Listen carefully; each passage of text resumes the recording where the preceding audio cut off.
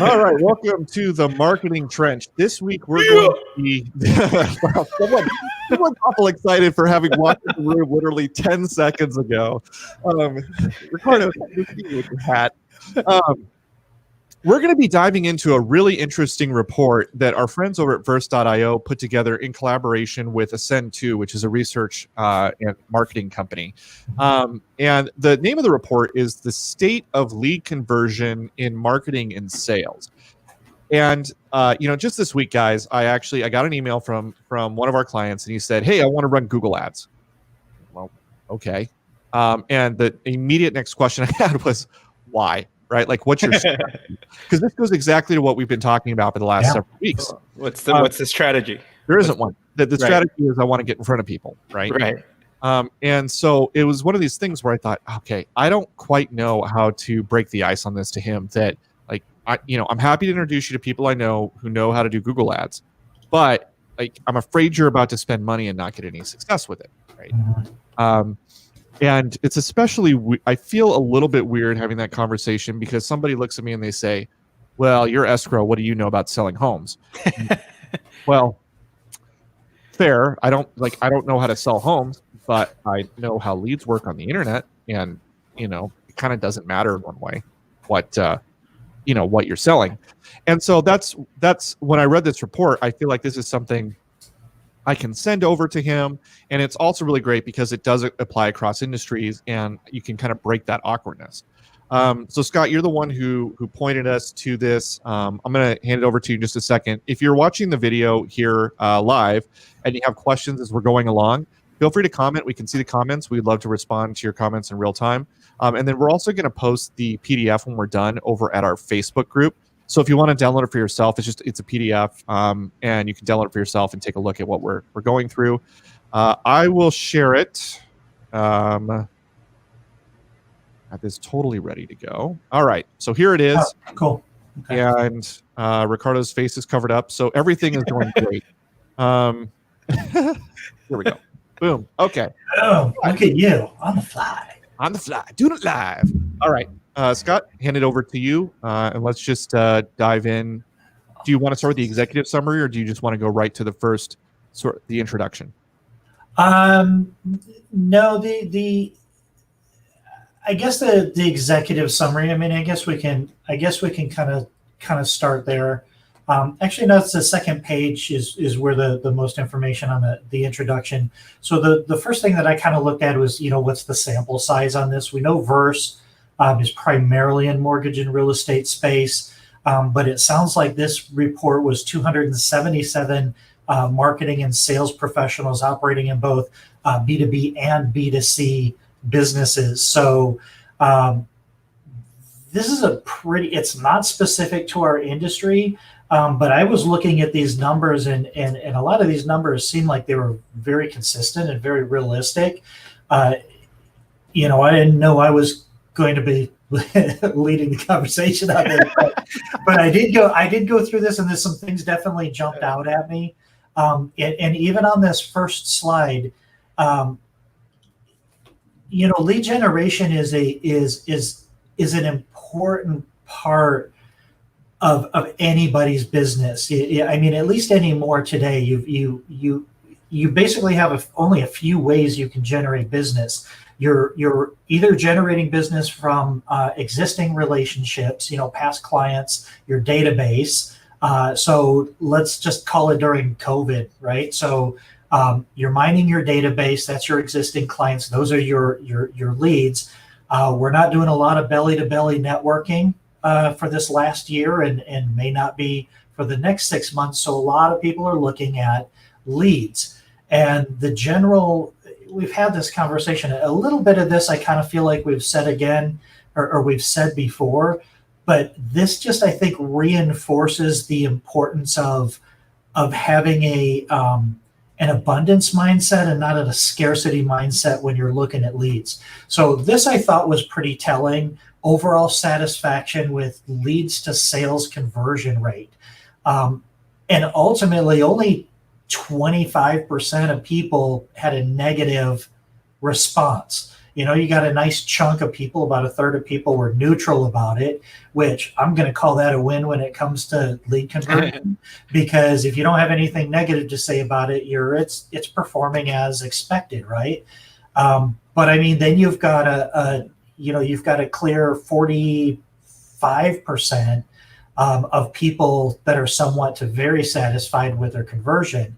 And I think the reason they're satisfied is really what the entire point of this report is, which is, what are you doing up front? The next screen was really interesting. Only 39% of companies use lead qualification criteria. That I was a little confused on, because well, just like your friend who said, I want to do Google ads, okay, cool. How are you qualifying those leads? Because a lead can be anything. Sometimes a lead can be a name and a phone number. I remember back in the day, a lead used to be a forced registration on your IDX, on your website, right, Ricardo? Yep. And they were like, oh, those are IDX leads, but they weren't really great leads, Well, I don't think I don't think our industry is doing anything like lead scoring or anything like that, right? The only company that I know is doing anything even remotely close to that is Chime. Their CRM it's like a behavior-based CRM that when a lead registers on the website or whatever your other lead sources out, it assigns a score based on how they're interacting with your website and your content. But I don't think our industry does lead scoring in the true sense of it. And then the only other company that I think does gathers additional data maybe is Lead Pops and their landing page funnels. You're collecting 8 to 10 data points as opposed to just a name and email. 15. Yeah, 15. So lead scoring can be one of two things, right? It can be controlling the conversion on the front end, the types of questions you ask, type of messaging you put out there, the types of questions you're asked, the kind of data points that you're collecting. And then on the back end, out of those leads that come through, how do you prioritize which ones you put the most effort and energy into? Because you're not going to put 100%, you're not going to put the exact same amount of energy into every single lead. And that's an important thing. You said Chime. Is there any other way? So I know like LionDesk is a free member benefit.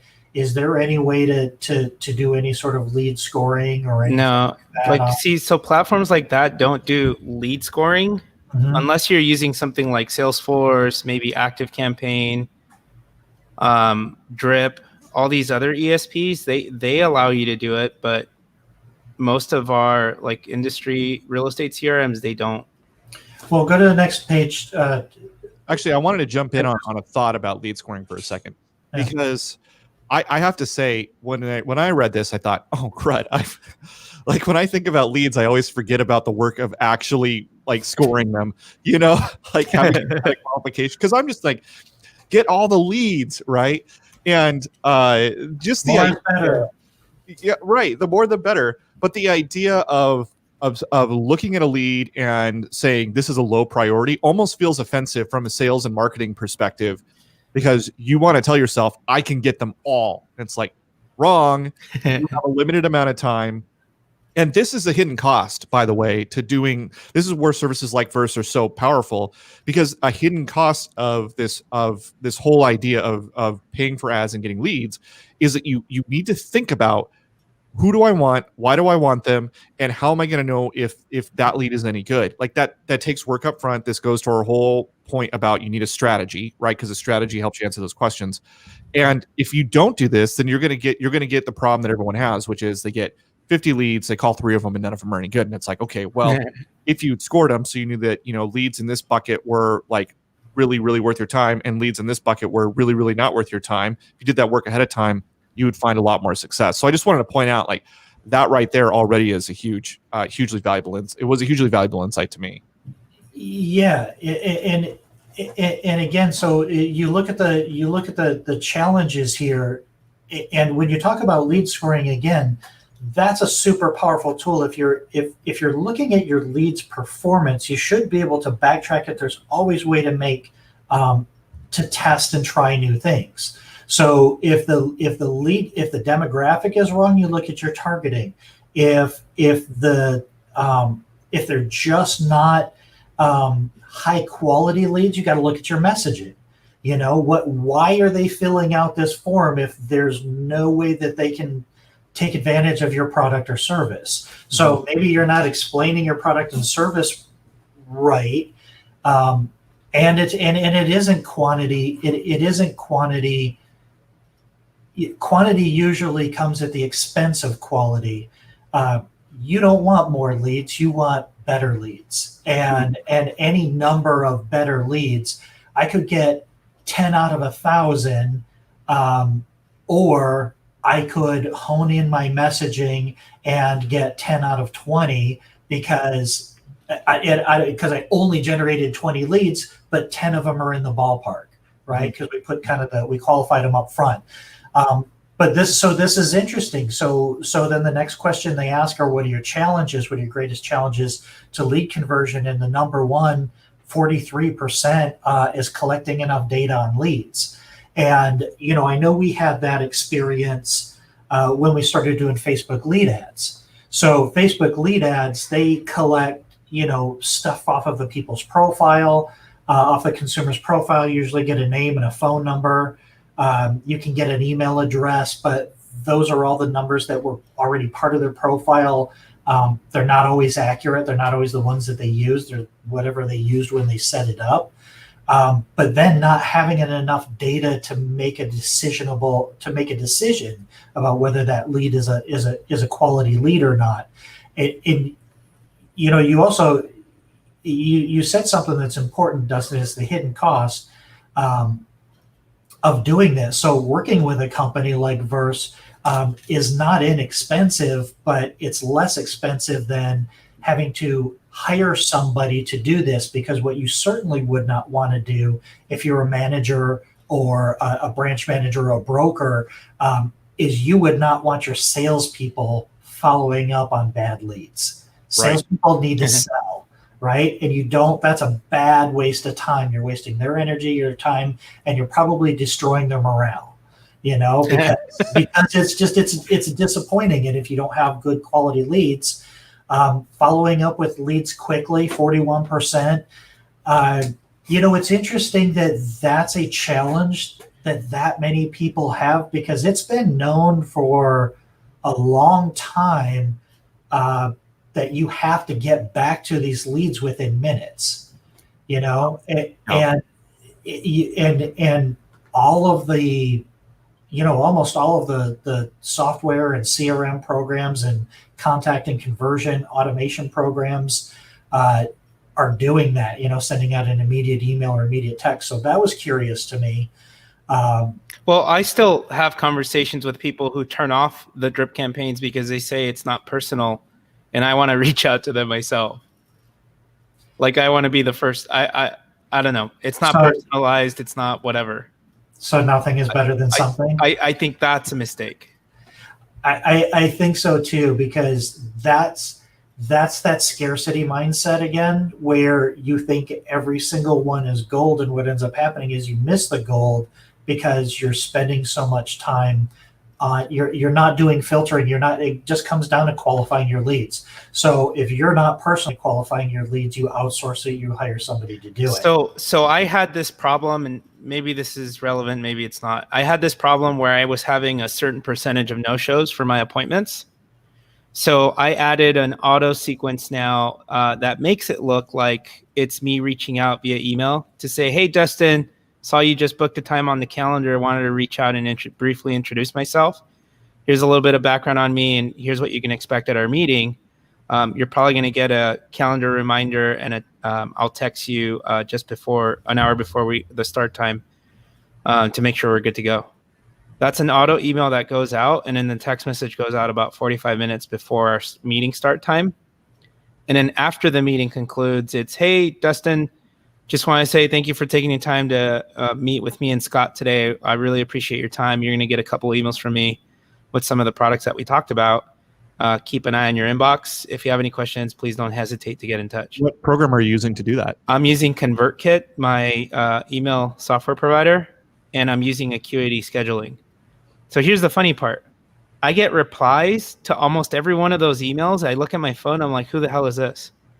like I have no idea who it is, what it is, but I can see that all of my automations are working. Yeah.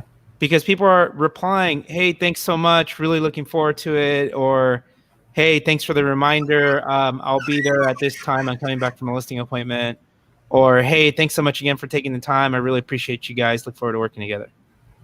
And it's all from simple automated emails that I frankly forget that those emails are going out. Yeah.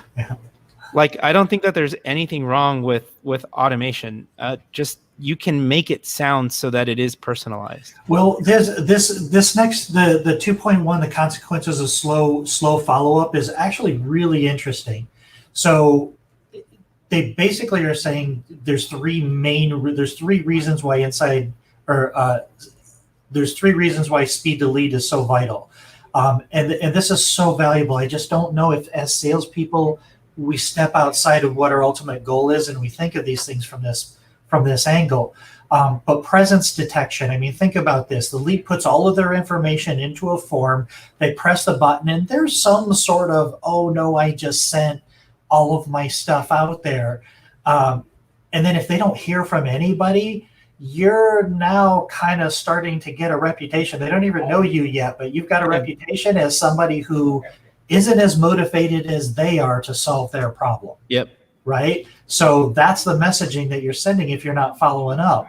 The top of mind awareness, this one I think is valuable, because I always say that if somebody's filling out your form, it might not be the only form they're filling out.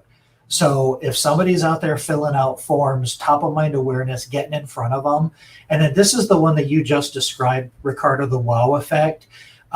It says that they're basically saying that most people are impressed rather than concerned when they get a message within minutes of following up. Even if it's an automated message and they reply back to it. The reality is most people don't know it's an automated message, because most of these automated messages, like for instance, Verse, I think I think Daniel told us about this. Their very first text is, hey, I just got your information. Is text or a call better? Mm-hmm. I mean, how easy is that to do? And what you just did is scored that lead, right? Because if they respond back, now you've got a live body. Hopefully, if your messaging and your data collection was accurate, you're right down the path on a qualified lead. Well, and consider the opposite for a second. So when you don't follow up, the three things that they say this creates in the mind of the prospect is the prospect will lose interest, they'll seek out your competition, and they'll feel unappreciated by you. And it makes me think of in the early days of Amazon when they were thinking about building Prime, and Jeff Bezos wanted to be competitive with brick and mortar retail shops. He recognized that the thing that mattered was speed, right? It was that feeling that you can get as close to instant gratification as possible.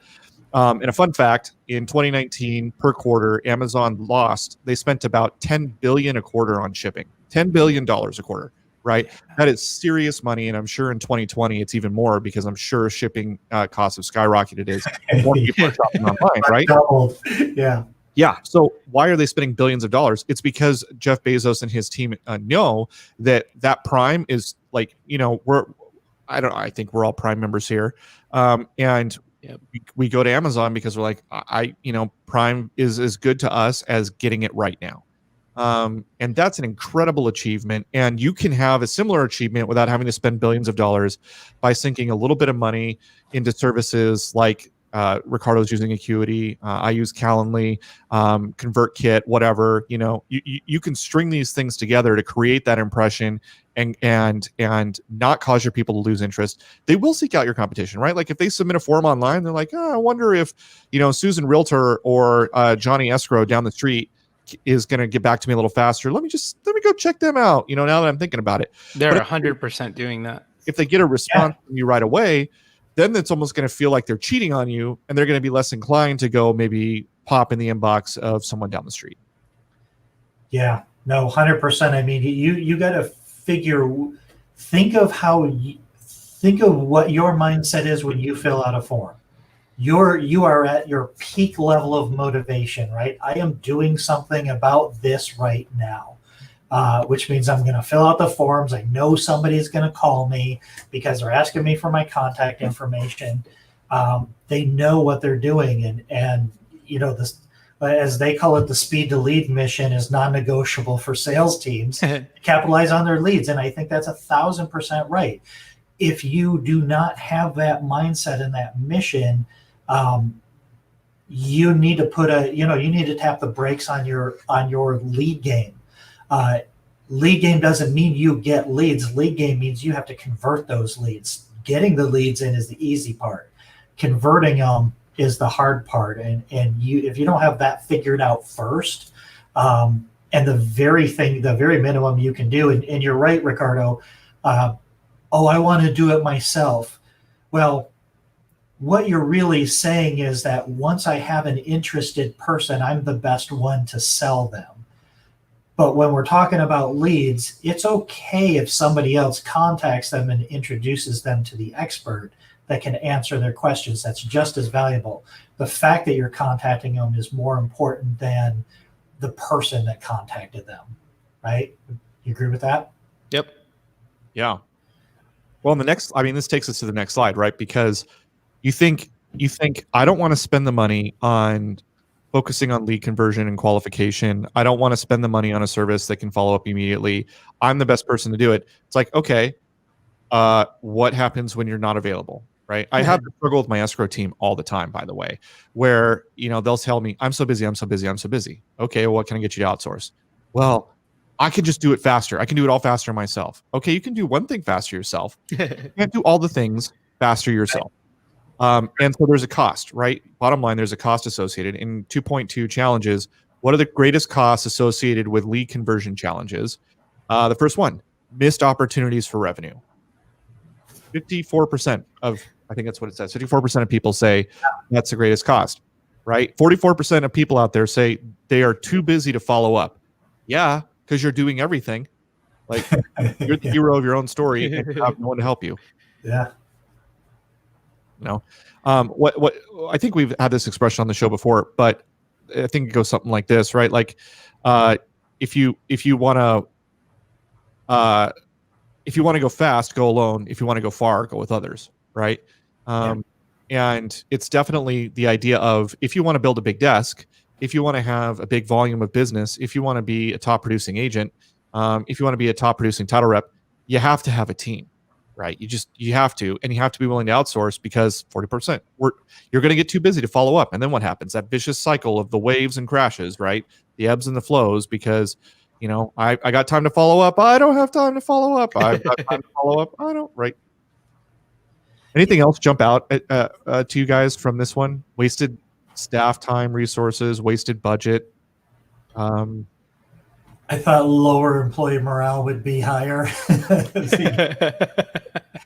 But, and the contention between sales and marketing, hey, we're generating all these leads and they're not converting them. What's funny is those costs are not only monetary costs, but they're human resource costs. Destroy that. You create contention between sales and marketing. You get lower employee morale.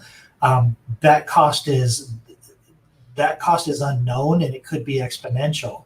If you lose somebody. Here's another thing that I think people miss, and I know this. I know Ricardo can chime in on this. He loves having this conversation.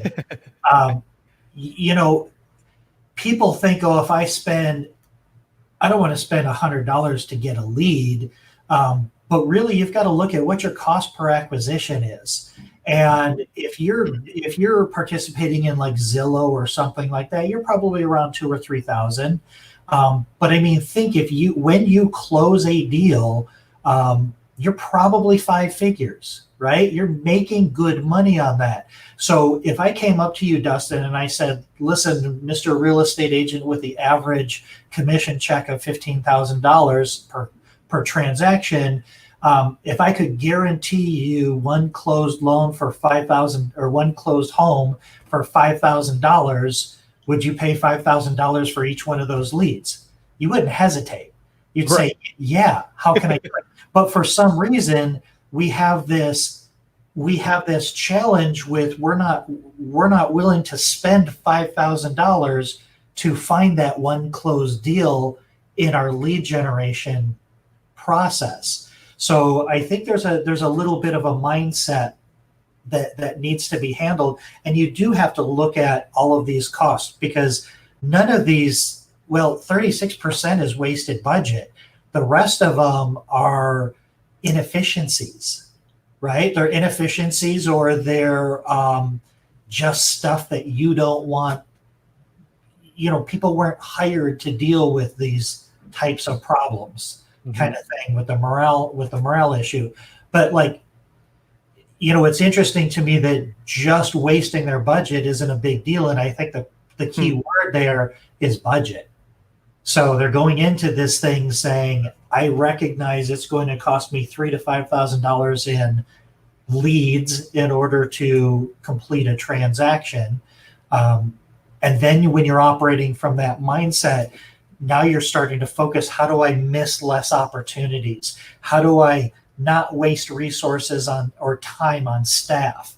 And the obvious question here is a outsource. So you're not paying for somebody to sit in your office 8 days or 8 hours a day when you may or may not need them for 8 straight hours. So you outsource it either through technology or for service. There's a lot of people that don't want to relinquish that. They feel the job's going to get done better if I have a physical human body in my office. Yeah. That's a very limiting mindset. It's hard for control freaks like that at some point you've got to relinquish, because like you said, what's the worst thing that could happen in this scenario is that it works. And when it works, you're buried and you're ignoring everything that's coming in while you're busy working on that one lead that's good. So if you're the only one that's doing it, you're stopping all progress every time you have any semblance of success. When you outsource and you do it right, hopefully that one successful conversation is followed up with another successful conversation that your service or your system bubbled up to the surface, so that you're only spending your time on the highest and best use of your time and your experience. Well, and this goes to I think the reason that there's a lot of uncertainty surrounding, paying $5,000 to get business, or hiring somebody outside of your office to, do the follow-up tasks that frankly you don't have time to do. The reason there's uncertainty about that is because I feel like people enter into buying leads with a figure it out as you go mentality, right? This goes right back to the whole idea of strategy. And it's interesting that 2.3, the challenge is the importance of marketing and sales alignment, right? Here in the report, they're saying when a sales force and marketing team are working in tandem, the result is a streamlined and optimized lead handoff process. For 44% of those surveyed, there is a lack of quality in leads delivered to the sales team, right? Readiness to buy and inability to contact are also reported issues, but lead quality, we get it all the time. These leads are bad. And again, it's just like, okay, you can't have a figure it out as you go mentality. You have to know what you want when you're getting these leads. And then that's going to tell you, who do I need to follow up? Where can those people be, right? They can be remote. And it should also tell you, how much do I think I'm going to need to spend? Like those both factor into having a really clear head around what kind of leads you're trying to get. Not to make this infinitely more complicated, but even if you don't contact those leads initially, there's this whole building your database. The value of building a database, because especially in the real estate and mortgage space, if you figure out, if you get in front of people, you're going to get in front of people at different stages of the buying process. And a lot of people that are willing to fill out forms are very early entry, and they're just gathering information. They're kind of, putting their toe in the water. It doesn't mean it's a bad lead, So even if they're not ready to buy now, speed to lead, getting that conversation, building that rapport, and being a resource for them as they continue on their path. Now you're building your database, which, I know Ricardo harps on all the time. You've got to build that digital Rolodex. So as soon as something pops up, let's say there's a shift in the market, hit all of those people that haven't bought yet, but they are. They're going to buy, and you've built rapport off of them because you had a system, is what you just described, Dustin. Collecting leads, if I don't get a hold of them and I throw it on the table, that's throwing away money. Every single one of those leads needs to go into a database that you can drip, nurture, touch in the future, because they may be ready in the future. So all of these complaints that people are complaining about, you're just filling your database with that stuff. Lead generation is a lot like baseball. I mean, it is. If you're hitting 300, you're probably going to make it into the Hall of Fame, for your whole career. And people don't focus on that. They think that they should be getting 9 out of 10 leads. No, get 1 or 2 out of 10 leads, and you're probably totally rocking that system. That's a system that you can replicate and just do over and over again. And then I would just say, you have to create sort of an annual contact strategy for all of this stuff that's coming in, not just let me try to call them once or twice and oops, it's a bad lead. I think in, what's the name of the book? What's the Keller Williams book? Is it The Millionaire Real Estate Agent? Yeah, that's. Yeah. I think in that one, or I forget which name of the book, but it was, you should have your sphere of influence on an annual contact plan. And that annual contact plan should include about 33 touches. And it could be in combination of phone calls, text, and email, and other things like a postcard, annual appreciation event, whatever. But the stats that they talk about in the book were 33 contact attempts should net you at least 2 transactions from about 40 records or something like that. Anyway, the point being, it's easier to close a lead if it's a referral, right? When you get a referral from somebody, that's a layup. It should be easy anyway. Easier than working and converting online leads. Those are more like taking a contested 3-point shot. They're a little more difficult, and they require maybe a little more aggressive approach. So using something like Verse, Structurally, some other type of AI that'll do the follow-up for you, and then being aggressive, because like Scott always says, these guys are 3 to 18 months out from making any type of decision. And the thing that I love about lead generation, again, and I'm hoping what people take away from this, I don't know, this might be a boring topic, but anybody that's interested in leads, I hope what they take away from this is that lead generation online has been going on for a very long time now. It is a science. It can be done. It can be replicated. There's not a whole lot of guessing game, but there is a lot of planning that goes into it, because you can throw money at ads and generate leads, but how you convert those leads, how you store those leads, how you nurture those leads long term, I kind of call it short-term activities that's investing in your long game. And your long game here with Consumer Direct is building a database, right? Is building this database of people that want to buy. And guess what? At some point, if they don't buy from you, there's still a homeowner that's sitting in your database, right? So it's still their contact information, even though their status has changed. And I think that's one of the really, really valuable parts. That's one of the really valuable things with lead generation. And then you turn them into a past client, they turn into a referral machine for you. And then, by having the right systems and processes up front, it's going to exponentially increase your return on that initial investment, because now you're talking about lifetime value of that closed client and that database of 10, 15, 20,000 people that are in the mindset that they want to be homeowners. Yeah, and I think that insight about having, understanding that a lead that comes in might not be an instant sale, but it might fit into another bucket that someday will convert is so powerful. This next slide, which says which lead conversion solutions are currently in place, along these lines, I thought was really interesting because 48% of respondents said that the lead conversion solution they have in place, or they have their sales staff handle the lead conversion.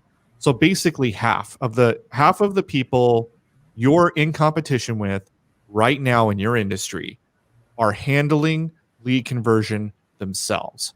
And we all know that is a recipe for disaster, right? So in other words, they're not following up. Like Scott, as you're talking about, some of these people need to go into a bucket where you're going to talk to them for 18 months. Do we really think that busy salespeople are keeping those kinds of leads in the back of their mind and follow? No way. That's not happening. And so what does this mean? Like when I read this slide, I think, my God, if I put some basic lead conversion in place, especially if it's automated, I'm going to be ahead of half of my competition. Yeah. That's mind blowing. It's like almost unfair. well, and I mean, and look at this. You've only got 15% using a contact or call center and 27% using third-party software. The overwhelming majority of people, well, the custom built software, I guess that people are doing, but this is really interesting, and that's a really good perspective, Dustin, because it looks like the overwhelming majority of these people are trying to handle it themselves. And how many leads do you need to be generating in order to justify a full-time staff position, and then the software that they're using and the follow-up and all of that kind of stuff?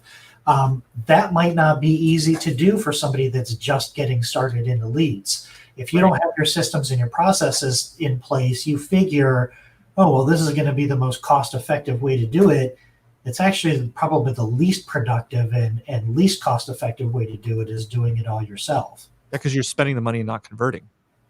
Probably. Well, and it always goes back to what if it works? Right? Because ultimately we're doing this because we want it to work. And if it works, you're busy. You're not following up on any of those other leads. You're not following up on the person that said, well, we might be thinking about buying in the next 6 months. So you're like, okay, I don't have to call them back for 6 months. But what that really means is we haven't found the right place yet. And, you don't know when they're going to buy. And going on to that, the idea of, for those few people who are automating, right, what automation are they using? It looks like email automation is the top at 44%. But I mean, look at the drop off between that and some sort of conversational marketing, which I think is what Verse would technically fall into, at 26%. I mean, that is a huge drop off. But like we discussed earlier, with Ricardo's, follow-ups, I guess, Ricardo's is technically email marketing automation, but like anytime you can make it feel conversational, right?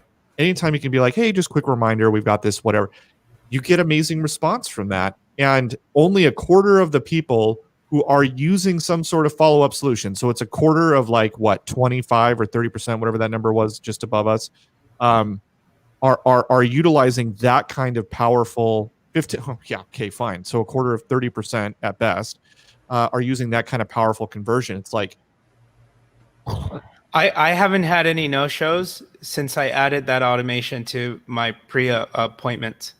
Oh, wow. Yeah, it's awesome. That's huge. It was upsetting because for about a month and a half, I just kept noticing every week I'd have 2 to 3 no-shows, 2 to 3 no-shows, 2 to 3 no-shows. And, that occupies mind share. Are they going to show up? Are they not going to show up? Why didn't they show up? Do they want to reschedule? I can be working on other things. Right. But now I rarely have any no-shows. It's more looking forward to the appointment. Thanks for reminding me. Or if I do have a no-show, it's literally someone asking, hey, I have to reschedule. Can we do this next week or something? Yeah. But I don't have that no-show problem anymore, so I don't have to worry about showing up to the appointment and seeing what's what, all by adding just a little touch of personalization. Like, this stuff doesn't have to be or sound canned. You can personalize it. Well, and I mean, the best ones are just open-ended questions. Like, hey, is this a good time to talk? Or, are you still interested? That kind of thing. This next slide is really interesting, you guys. I don't know if you dove into this, but these are the most used channels for following up with leads. And you're looking at this and you're like, okay, you got some social media, some live chat, some text, some email, some phone calls. And then take a look at this closer look. And I can absolutely confirm this. 89% of consumers prefer to communicate with businesses via SMS, text message, with an opportunity as clearly defined as this. Now may be the time to re-examine your communication strategy. Out of all of these people, 6% were using text, right? So, yeah. And these are sales and marketing experts that are, doing this. Even the experts are starting to figure this out. Verse puts out some really good numbers on the text part of this. I know they were only a small piece of this thing, but that's important. That's something, that's a takeaway right now that everybody can get out of here. The best way to follow up on a lead that just comes in is a text. Hey, just got your, and I think Verse nailed it with, hey, just got your info. Do you prefer to text or call? And I would say it's probably north of 90% of the people say, yeah, let's text, because a lot of them are at work, they don't want to take a phone call, but they can text under their desk and boss doesn't. So. Well, and I mean, there's so many reasons why texts are better. I mean, you can see a text, think about it, get back. You don't feel the pressure to answer immediately, right? That kind of thing. Yeah, and it's crazy. Yeah, you're right, Scott. I didn't even catch that, but 6% of people use text. 89% of consumers want it. It's like, oh my God. There's your golden nugget for this whole report. Yeah, 100%. What's also interesting is now we go straight to this next slide. The most common follow-up sequence is a phone call, an email, and a phone call, and that's consistent with the previous slide. But we know that 89% of consumers prefer text. So I don't know. That's interesting. Doesn't reconcile. Now, how often is direct contact made when following up with a lead? So they're saying that half the time direct contact is made when following up with a lead. And then 1 in 5 of those surveys said they connect with a lead over 80% of the time. So what do you think accounts for that discrepancy? I would guess it's lead quality, right? Bad phone number. Yeah. So, I mean, this goes back to the top when we were talking about scoring and getting the right information. Yeah, maybe it's there's a video here. I don't think any of us watched this video, but I didn't see a video. Yeah. I see what David told. The next one is the average time to contact, but really my question is how many attempts is it to do that? Because we've all seen the attempt chart that that the overwhelming majority of contact is made between like the 7th and 9th attempt, or the 7th and 9th reaching out to somebody. So this is interesting. I'm curious to see less than half of the initial attempts to contacts are made within 30 minutes. What the heck is that all about? it looks like they're just saying that it takes that less than half the people out there are reaching out within 30 minutes, 28%. So it's like 1 hour or less, 2 to 3 hours within one business day. Again, this is your competition. Right. Yeah. This is what your competition is doing. So being cognizant of this and building this into your follow-up system, you automatically know that, you're competing with, if you contact them in 28 minutes or less, only 28% of your competition is doing that. It's, what's crazier? Only 17% of those surveys reported that the first follow-up attempt is made within the first 5 minutes. 5 minutes. That's like crazy. 250 internet years. Oh, it absolutely is. No, it absolutely is. Go back to well, don't go back to it, but if you think about the previous slide that we were talking about, as far as you fill out the form, you push the button and the form goes out. 30 minutes is an eternity. That's millennia in instant gratification Google world. Now here there you go. How many attempts are being made? Yeah, so it says that 2 days after lead acquisition, 42% of people say that they've made 5 attempts. So that number surprises me, because we know that a bunch of people are doing this manually, right? And again, though, this goes to the cost, because if you're in sales, how much, what this tells me is I'm in sales, half of that 42% are people who are doing this thing manually. I'm spending a lot of time on the phone or, texting, or I'm sorry, phone or email, because we know it goes phone, email, phone, right? So I'm spending a lot of time firing that stuff off manually. That's time you're not spending with your current book of business. That's time you're not, getting referral business. I mean, that is, I applaud the effort. 5 is a lot. 5 is really good. But man, you're really sinking a lot of your energy into trying to convert a lead on your own without backup resources.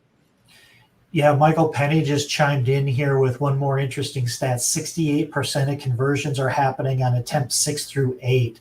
And this is from Versus Smart Cadences, studied over 10 million leads. So if that doesn't put things into perspective, 68% are happening on attempts 6 through 8. So Ricardo, you're 100% right. If I can get you on the phone with my first phone call, I'm the best person to talk to you. But I am not the best person to make 6 to 8 attempts on every single lead to get you on the phone. Yep. So thanks for that, Michael. That's a shocking statistic that should put these things into perspective. See, this stuff isn't rocket scientist. It's not some elusive lead conversion is not some elusive fantasy that people talk about that you don't ever actually get to see one. It is a formula for success. And once you understand what that formula is and what needs to take place and what effort needs to be put into it, you build that system, or you outsource to that system, and then you're not worrying about all of these things. You're not one of these people that show up in these miserable side of the statistics that, leads suck. so now let's take that. With everything that we've talked about, can you still honestly say it's the lead? I mean, if you ask yourself, are you doing all of these things? If you're not, there's room for improvement. The leads might still suck, but there's a lot of room for improvement before you can legitimately make that claim and have it be accurate. Yeah, that's such a great insight. And you know what? This last one I think is super important. Also, I've seen this over and over and over again, and I think I don't remember what the number is.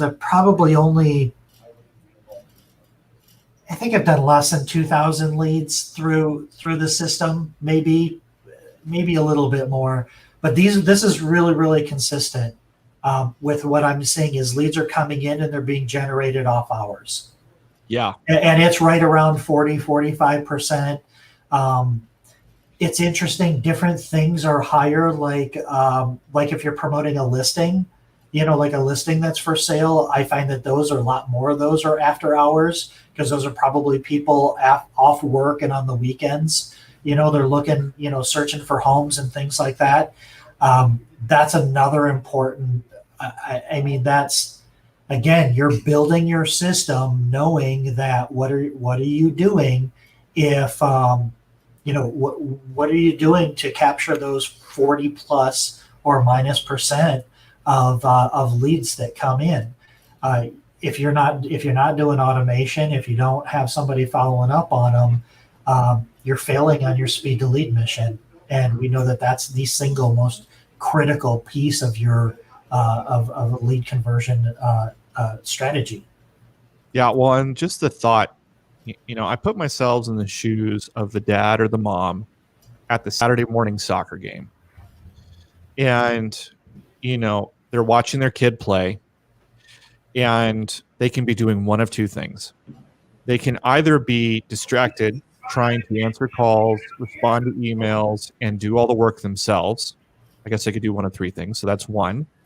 The second thing is they could be doing nothing and being fully dedicated to that game, which is fantastic because you're there for your family, but you're not doing business. Or the third thing they could be doing is fully dedicating themselves to the game while the business is being handled by services like Verse or others that we've mentioned, by automations that scratch that itch of making people feel appreciated and creating the wow effect. And why wouldn't you choose option 3? Like, why wouldn't you want to be at a game and know that your leads are being worked? Yeah. I mean, this thing is so valuable because it really puts lead generation and conversion into, it kind of seems like a lot of times it's an afterthought, like, oh, we don't have enough business, we need to generate leads. And that's not the right way to approach it, because you're not thinking about it the right way. You're trying to solve what you perceive as a bleeding neck, and so all you're just trying to do is get a bandage on it and stop the bleeding as fast as you can. But if you actually plan it out and you build and here's the cool part about this is once you build this machine, once you have a company that handles this, if you outsource it or you build the technology, it's set it and forget it. Like Ricardo said, I write these sequences all the time, and then I totally forget what the sequence even is. But they just keep working, and you go back and you look at it, and you're like, oh, wow, that was pretty good. Or like, oh, wow, that was pretty bad. I wonder if I can tweak it or whatever. But it literally, now all you're doing is making sure that the system is still working. I laugh. I'm like, oh, wow, I can't believe I wrote that. I remember too, because you're 4 or 5 old fashions in when you're writing it. This is wrong with my next. So dirty. The last one, it's true though. Call me, man. What, you don't love me anymore? They start coming out. So yeah. One thing I wanted to point out too about the methodology, and that is that almost 80% of the people who responded are in companies of 100 or greater employees. And 50%, almost 50% of those people are VP, director, manager level. And then if you put owner, partner, C-level, that goes up to almost, again, 70%. And in fact, it goes up to 70% exactly. Math is so hard. And so here you have, right, 80 and 70. In other words, a substantial portion of the people who have responded aren't like independent entrepreneurs handling 1 to 2 deals, or, maybe even a hot entrepreneur handling 12 transactions, 20, 30 transactions a year. Like, these are, if you have a company of 100 people or more, you're doing serious volume. And if you're VP or higher, you are somebody who has been in the trenches for a while. You've seen a lot of transactions. You've probably worked with a lot of salespeople. In other words, in this report is deep institutional knowledge. And I think that's really valuable, because just frankly, a lot of us in this industry don't have knowledge working at that level, because there are very, very few who are very, very few teams, agents, companies that are operating at that level in our industry. Yeah. So really powerful stuff. We're going to put it up on the Facebook page so you can download it, or you can just go, here's the URL, but it'll probably just be easier for you to go to our Facebook page, find it there, download it. And of course, you can also follow us on Facebook, where we'll be trying to put more of this kind of stuff there. If you found this conversation to be interesting, you might find some of our sister podcasts to also be interesting, and you can find that over at the Real Disrupt Podcast Collaborative. RealDisrupt.com is where you can find our sister podcasts in that amazing network. And of course, if you have any questions, you can find us all on Facebook. Just tag us in a question on the Facebook group, and we'd be happy to answer. We're always looking for more topics. We want to answer the kinds of questions or dive into subjects that you find to be really interesting. If you happen to have our personal emails, feel free to reach out to us there as well. All right, this has been awesome, guys. Thanks for Scott. Thanks for finding this. Until next time, this has been the Marketing Trench. Yeah. Yeah. Bye.